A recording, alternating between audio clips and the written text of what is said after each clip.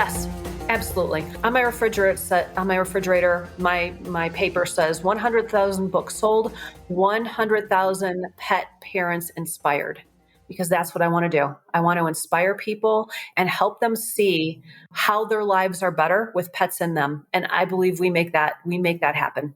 If you leave the space for it, it will fill up with something. What do you want to fill it up with?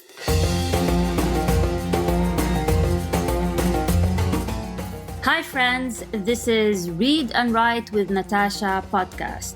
My name is Natasha Tynes and I'm an author and a journalist. In this channel, I talk about the writing life, review books, and interview authors. Hope you enjoy the journey.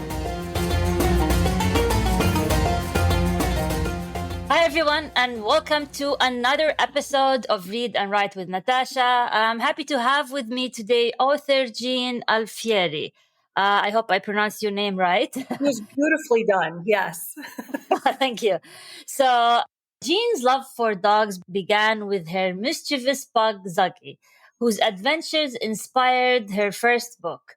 Her works, including Blessed to Be Me and Twisty and True Tales of a Shelter Dog Matchmaker, celebrate the special bond between people and their pets. A writer, speaker, and advocate for rescue dogs, Jean lives in Colorado with her husband and their beloved rescues. So, Jean, welcome. So happy to hear from you. And I'm so glad to talk to another dog lover. I love dogs, and my dog is a rescue. She's sitting here right next to me. Her name is Fiona. And so, Jean, welcome to the podcast. So, if Jean, you can start by telling me what inspired you to actually write a book about your love of dogs. What was the spark? Sure. So, and thank you for having me. I love your show. So it is just an honor to be on it.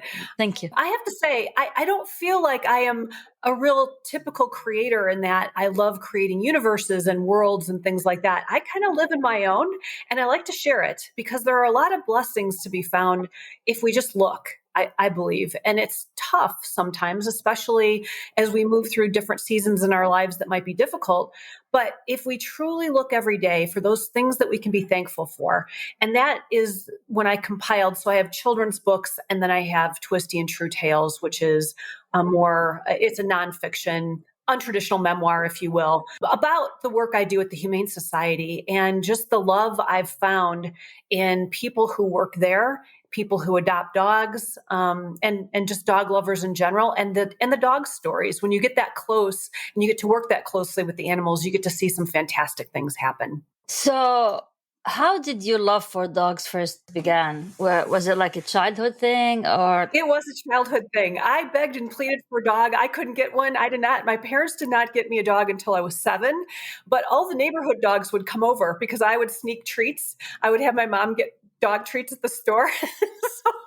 So all the neighborhood dogs came over, and finally they figured out if we're just going to have a house full of dogs anyway, we might as well get her one. So I got a dog, and it's been that way ever since. I've just really enjoyed having that companionship. And so my stories just naturally flow. I had a very special pug that passed away in 2014. And when I lost him, my biggest concern was the memories, right? How do you capture those memories? And so I journaled. And a year later, when I look back, they would still make me cry, but they made me laugh. And I'm like, I think kids would get a kick out of this. And thus was born the series of Zuggy the Rescue Pug stories, because they were just too good not to share. Oh, wow. Okay. So you wrote the book, and then what was your publishing journey like?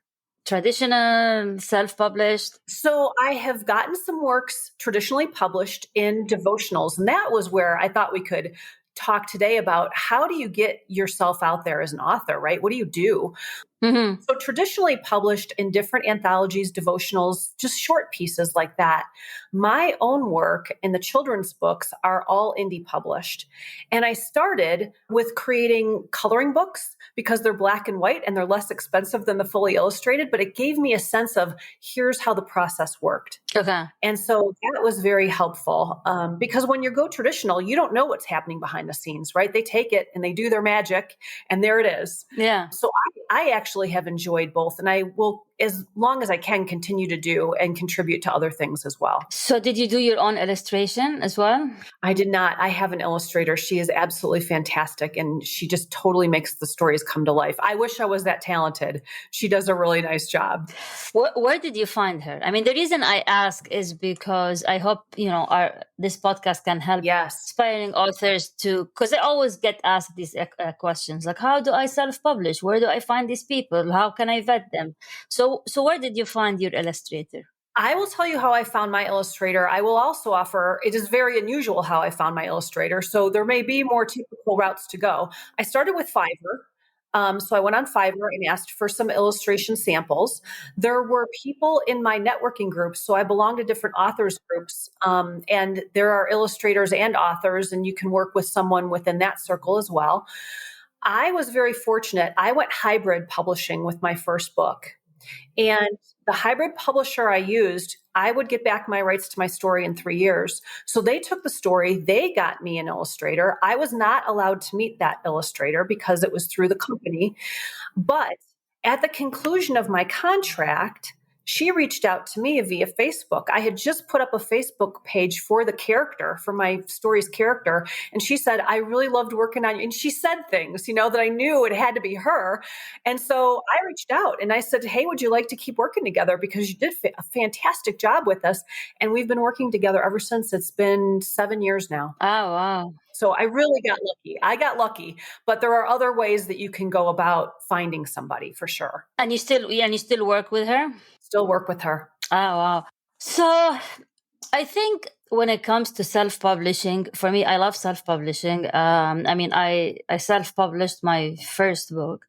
And then now my second book, I'm actually giving it away for free on Substack. So every week I put out a chapter, which is a new experiment. So I'm all for it. I think that the issue that many authors face is that they have to put a lot of money in advance out of their pocket, and you have the image of the starving artist, whatever, and the idea of paying thousands of dollars in advance can be daunting for some, especially if they're starting. So the traditional route is really hard. The self-publishing route is really expensive. What is the solution? Yeah, that's a great point. And that is the question, right? What is the solution? So I look at this for myself as a serious side business, right? It is, I'm not in it to lose money.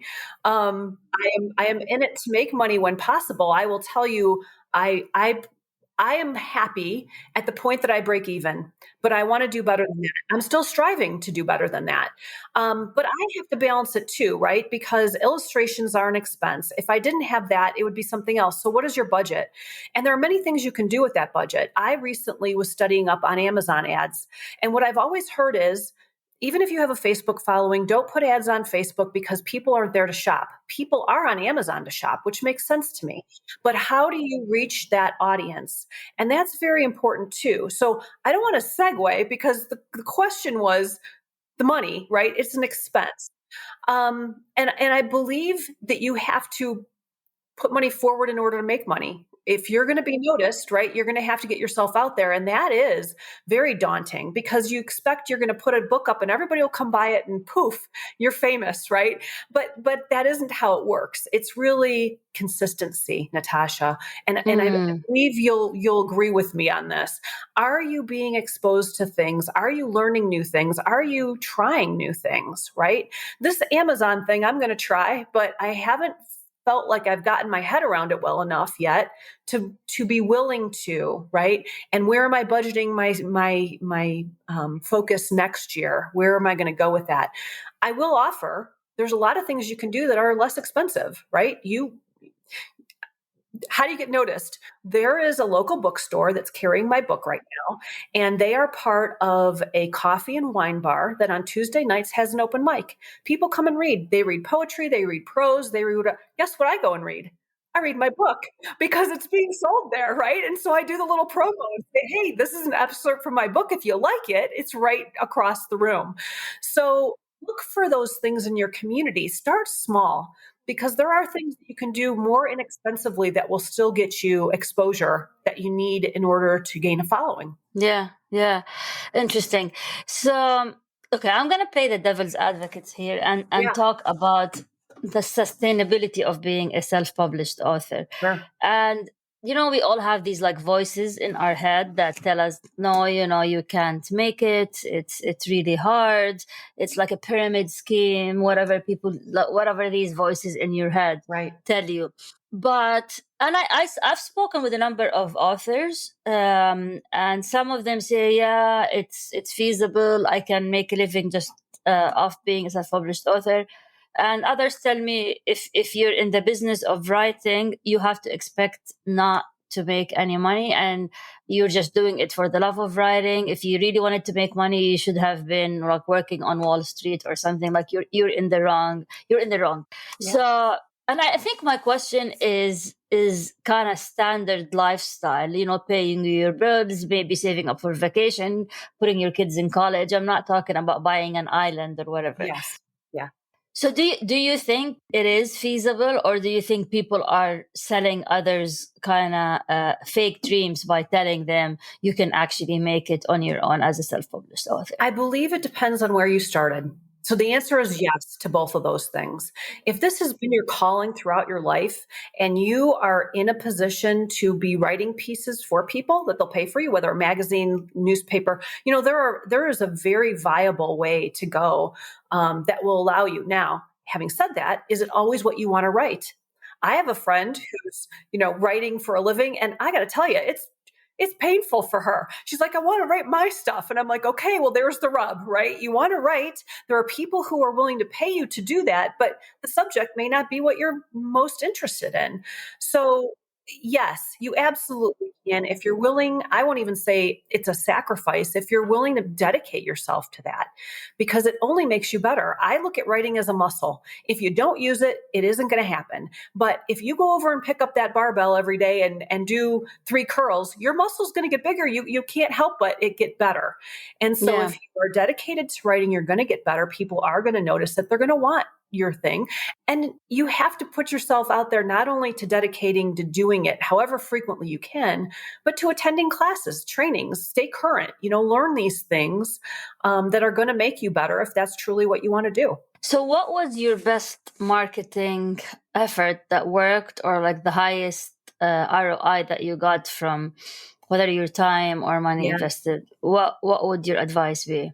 Easily for me, it's schools. And I've talked to other children's authors who have a better in, if you will, to get into schools and haven't done it. And I'm like, you're there every day. Go introduce yourself. Explain to them what it is you want to do. A nice author visit. So for me on Amazon, I don't sell a lot, but when I can get into a school in front of kids and I talk about the work I do at the Humane Society and the books, and we do a little reading, they're all over it.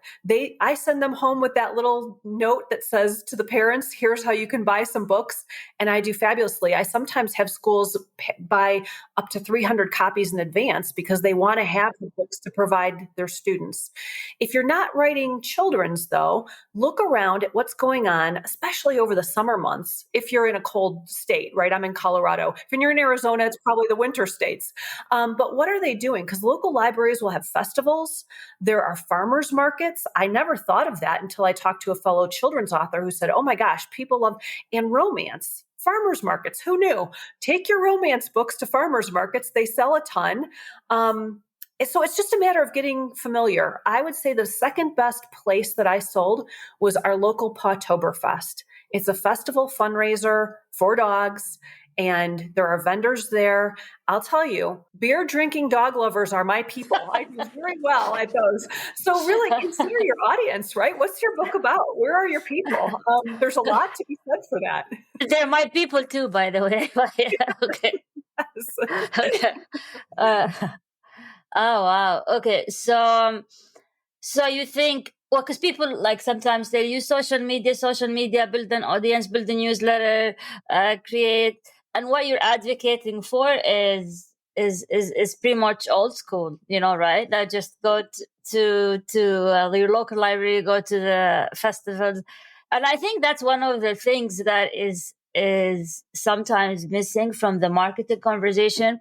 because people want like the perfect TikTok video or the perfect YouTube channel, and we sort of forget about the traditional methods that Yes, actually people have been using for hundreds of years, and this is how they sold books. right. But that's it's an interesting perspective. And you meet people too. I mean, I wasn't expecting when I went to our local rec center to sell books that I'd meet somebody from a church organization that may want me to come and talk about how to grieve the loss of a pet, right? It's just these Yeah. connections that you're not going to make on social media. That said, you can absolutely use it. Do a short video, put it up, tell people where you're at and what you're doing. It's really twofold because you're there. You can make that video live and in person. Yeah, yeah. So you're doing this full time? I am. Yes. Oh, wow. Okay, good for you. So, what would your advice be for someone who wants to write a children's book? So, I'll give you a case study. We're gonna do Sure. this on air. I have a children's book ready. I wrote it, and I'm just sitting in a drawer right now. Mhm. Part of me is like, I think for my ego, I want a traditional publisher, but Yes. ego's the enemy. And what should I do with it now? Tell me, what should I do? Yeah, so I won't discourage you from wanting to go traditional. I hear what you're saying, but I will share with you that I have one in the drawer that has been sitting there for 8 years that I haven't published because I do want it to be traditionally published too. And the reason for that for me is I feel like it deserves a broader audience than I can give it. I want it to be Okay. bigger than me. I want it to be bigger than me. Will that happen? I don't know. And at some point, I'm going to have to decide if I'm simply just going to do that or not. There are places to pitch if you want to, and if you want to hold on to it, you can. And I'll tell you, they do wonderful things with it. I wanted to go traditional with some of these things just to see what they do that's different from what I'm doing for it. Be mindful, though, if you go with a small publisher, they're not likely going to do more than you've done already for your own published works. Mm, So I will say for children's, it does take a village because if you are not an illustrator, then you need to locate that person. And for me, I needed someone to put together the book as well because you got to have now the text laid over the illustration and, in some way formatted. So I have a print layout and design person as well. So beyond that, it's Amazon and I do Ingram Spark so that mm, books can, and I take it to the library. Our library allows us, if you're an indie publisher, to upload an e-copy of it. So I put my books in the library too, because I'm hoping that, and I know it's worked actually, because I was invited to a school. When I asked them how they found out about me, they said the kids found me at the library and they wanted me to come visit. So, yeah. So there's a lot more involved in a children's story in creating a children's book than in most. So if you don't have to start there, I'd suggest starting with a novella would be really nice, right? Something that might be a feeder. Because when you talk about uploading and giving away, I want to learn more about that because I love that idea. mm. People are going to know who you are then, and they're going to know if they like your style and your technique and if they want more. And what a great way to introduce yourself, but to say, hey, here's what I got. Yeah.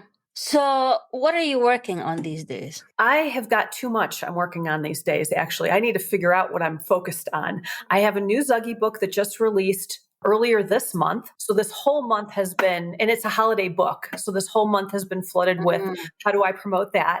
When I get to settle back down, there will be another Twisty and True Tales book that I'm compiling. So I've got the framework for that. And I just got an idea for a coloring and activity book for a new Zuggy off holiday themed book because that sells really well for me. And so when I look at the coloring and activity books, I want to create another one of those. And that's just very exciting. So then it's like that sparkly thing. I get, here, look over here. And it's funny because my friends are, that's just that's where you shine. That's where your bright mm. spot is. And I'm like, it really is. It's where my bright spot is. So I don't want to let that go. So usually I try not to be dabbling in more than one thing at a time, but that's where I am right now. So, how does your day look like? Do you write all day, or do you like? That's a great question. I can tell you what my day is going to look like come January because I'm putting some things in order for how I want my new year to look. And that is a dedicated writing time in the morning. I am a morning person. But we have a number of dogs and they need walks. And I try to put that throughout the day because as you know, when you get when you get tired, getting up, moving around, getting yourself to other places. And I'm also a speaker. So I try to be very diligent about what days of the week I make myself available so that I can dedicate the other days to writing. And it's really a matter of keeping that routine. What do you speak about? Well, I've got a number of things. I'm a positivity coach. So I speak on the power of positive thinking. And when you talk about what are those things we tell ourselves as a writer, I will offer to you, you tell the truth and you put it on an index card. Truth on an index card, right? For me, I run out of time. So time spirals when I feel like I've overbooked myself. And my card says, there is plenty of time to do what needs to happen today. Just today. That's as far as I need to look ahead. And I don't have to worry about how full my calendar is tomorrow. There's plenty of time to do what needs to happen today. And I have that on my refrigerator, on my bathroom mirror. I keep one in my purse because it keeps you focused and it keeps those negative thoughts out of your way because you don't need them through the course of a day. And I think that's true for any kind of writing ambition you have too, right? I'm writing because I love it. I'm writing because I love it. And I think we sometimes lose that. Either we have a deadline or we feel like we're not good enough or whatever that is, then we're not loving it anymore. You got to love it. You got to love it. I love the idea of being a positivity coach. And I think everyone needs that in their life. I think it was Seneca who once said that we suffer more in our imagination than in reality. And it's amazing, like what our head tells us and what the reality is. And their head builds all of these like doom scenarios. And the reality is really not that terrible. Okay. So you spend your morning writing, then you work on other stuff. And we touched a bit on social media, and I know that you sell more face to face than social media, but where are you active the most, and where do you think people are willing to buy your book on social media if that ever happens? Yeah, I understand that TikTok is very popular. I'm not on TikTok. Okay. I'm on Instagram. I'm on Facebook, and I'm on YouTube. So the YouTube channel is specifically for kids because it's all about the pug. It's Zuggy the Pug is the channel. And so we just have fun on there. If you ask me what converts best, for me, it's Facebook. And I think it's because it's where I'm most connected with people. And it's where I'm most frequent. You can most frequently find me there. Plus the videos I make for YouTube, I put on Facebook as well. So I cross media everything. So yeah. Facebook personal or Facebook like an author page? It's an author page. Okay. Yeah, because I also have a Facebook author page, and I'm sharing my pain with you. And for anyone who's listening, I don't get much engagement, and I get more engagement on my personal page because of my friends and family. But my author one is hardly gets any engagement. So I'm curious, how did you manage to have this success on an author page? I have my friends and family on my author page. So you can guilt them into it, Natasha, by telling them to participate. And it's funny because my husband's like, okay, what page do I have to like? Where am I now? But it really, and Facebook doesn't make it easy. I got to say, you're asking me, I'm telling you that's where I get, but it is not user friendly for authors necessarily. And that's why I think there might be something to the TikTok thing. I don't care for it myself, but I believe if people are finding success there, that there probably is something to be said for it.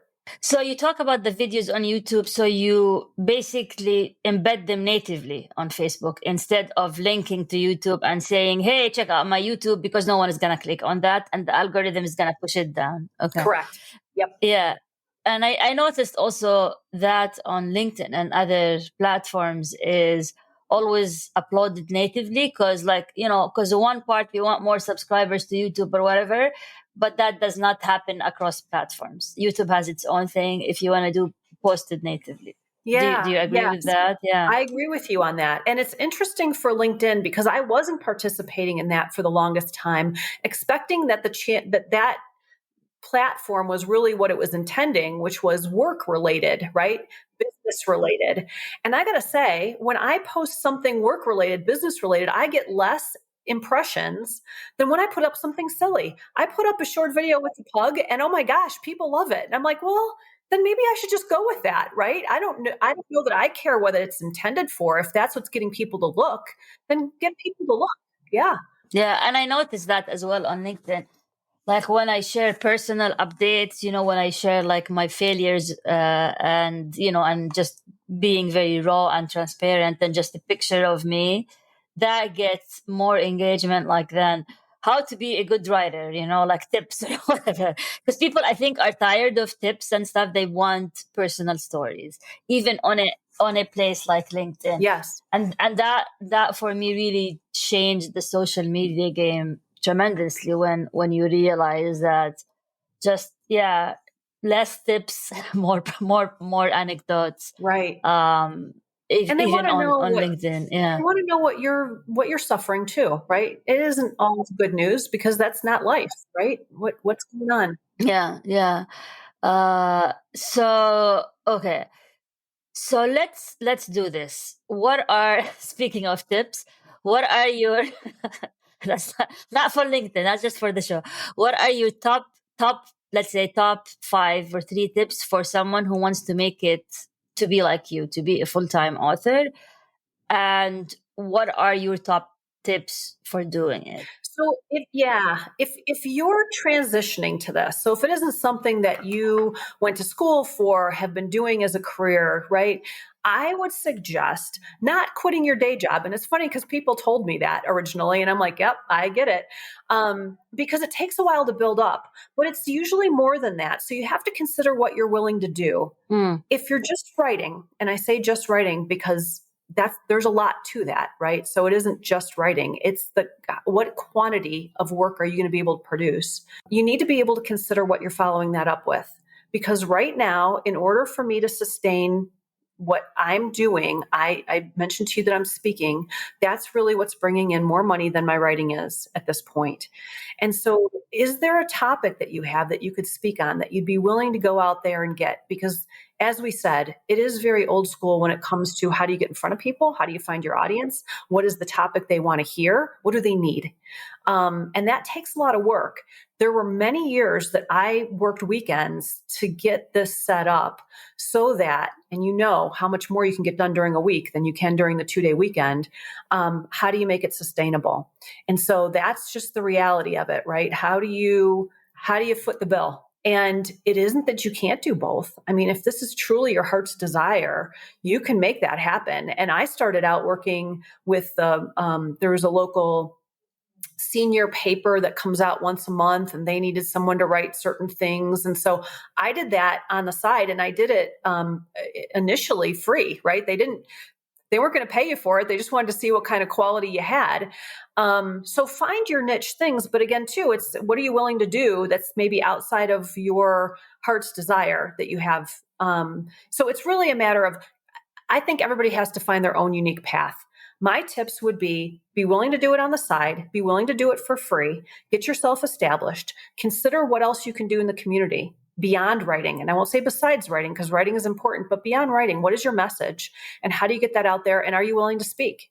And how big are you willing to speak to, right? I have not done TED Talks, but that's very popular. That's a huge way to get yourself in front of, an audience. So really, it's not a little work, that.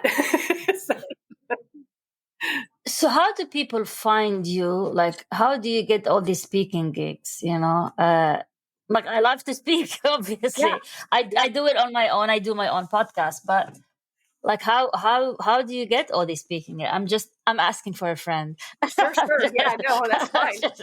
Okay. So I will offer that when I go into the open mic next time, I'm going to say, hey, here's my newest thing that I'm working on. I'd like to be able to present it at churches or other organizations. It's how to grieve the loss of a family pet. Here's my card. And I just have cards. Local coffee shops, they always have little boards that you can put your information up, have it on a little business card. Even better if you can, and they have the space, a postcard. I had somebody, I was in a bagel shop for lunch with a girlfriend the other week, and somebody actually approached me with their card and said, "Hey, we do air conditioning and furnace work. We're new in the area. Just wanted to let you know we're family owned and we're right down the street." Fantastic. I took their information. I'm like, "Why don't I do that?" And she's like, "I don't know. You'd be working this whole place." I'm like, I should be working the whole place. I'm Wow. not beyond flyers on cars on the windshield wipers. If I'm going to an event where I know my people are, you laugh at me. You're asking. No, Just I'm not laughing. It's a laugh of joy. It's a laugh of yes, admiration. yeah. Yeah. Just a half sheet of paper. I'm not killing trees, right? I'm not in the business of killing trees. It could be even a quarter sheet of paper. Here's who I am. This is what I do. Here's how you can reach me. Find out more here. You can look at my video there, right? Because what they want to see is that they're inviting somebody that actually can speak, that isn't going to embarrass them when they come and say, "Hey, we want you to talk to our audience." And schools have great word of mouth. I ask every school I go to if I may quote them, and I give them a sample of what I'd like them to say. Would it be okay if I used you as a testimonial, and could you offer something like, "It was really easy to book, really easy to coordinate, and the kids loved her"? Yes, that sounds great. Say that and put my name to it. Great. I've got their title, I've got their name, and I've helped them give me a one-line reference or referral saying, "I make it easy to coordinate and the kids love me." Something simple like that. So when you have a speaking gig, take advantage of it to its fullest and use them to get you and to launch you somewhere else. So more of your speaking gigs are again done traditionally. So and the whole kind of invest in social media, whatever is more of like portfolio building rather than lead conversion. I would say yes, and I hadn't considered that before, but you do need it in order to introduce yourself to other places. So Correct. I go to Yeah. our children's hospital and I offer a holiday presentation there, and I take whatever pictures they'll allow me and say, "Hey, St. Jude, would you be interested in having me come there?" And I offer them a little clip. That's not to say I'll offer during COVID. Everything was online. And I think people have moved back away from that, not because it didn't work, but because it's not as convenient or not as fun as having somebody there. I used to meet with schools. I got my furthest exposure back in Illinois. I had Illinois and Wisconsin schools reaching out to me and asking if I could join via video. And I'll tell you what I loved about that. Not only was it super convenient to do from my own home, but they got to meet the pug. I can't take the pug to the schools. There's allergies, there's issues, right? We can't. But when I'm sitting here and they say, "Hey, can we meet Zuggy?" I can say, "Yes, you can." Here's the pug. So there's a lot to be taken advantage of that if you can, if you can market it that way. I don't necessarily market it that way, but that doesn't mean it can't be done. So you're a hustler in in a nutshell. You're Yes. you're a big hustler, and I think that's one of the reasons for your success. And I'm going to get a bit in the woo woo now. Do you believe in manifestation? Yes, absolutely. On my refrigerator, my paper says 100,000 books sold, 100,000 pet parents inspired, because that's what I want to do. I want to inspire people and help them see how their lives are better with pets in them. And I believe we make that happen. If you leave the space for it, it will fill up with something. What do you want to fill it up with? Wow, amazing. So any last thoughts or advice for someone who wanna get into the game and become a children's author or an Yeah. author and do what you do? Decide how you want to tackle it. It's really important to stick with your why, right? What's in your heart? What's pushing this out of you to want to share with other people? Because many people, and I do, write for myself. I write first for myself. Okay. But if you've got something that you want to share, remember your why, remember why it's important to you to do that, and then define your path. Because without steps, you're going to wander. And even with steps, you're going to wander. And some of it's not bad wandering. You got to explore different options.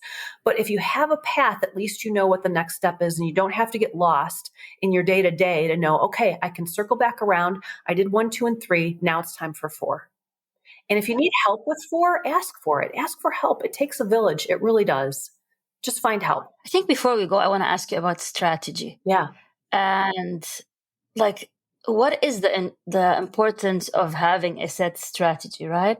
Because what happens as well, we sometimes is there's so many things going on, and especially when you're like an entrepreneur and a hustler, and focusing on the highest ROI, or focusing on something like, do you actually have a written strategy of where you're going, what you're doing, or how important is having an actual written strategy for your writing business? It is great.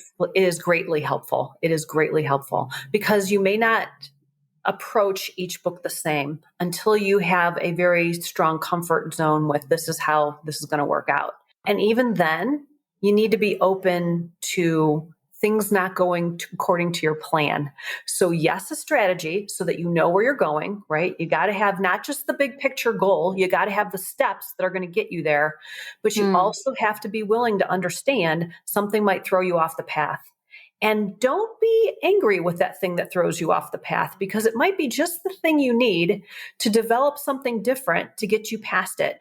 I've not encountered the same experience with any book I've written, and I've got 11 Zuggy the Rescue Pug books now.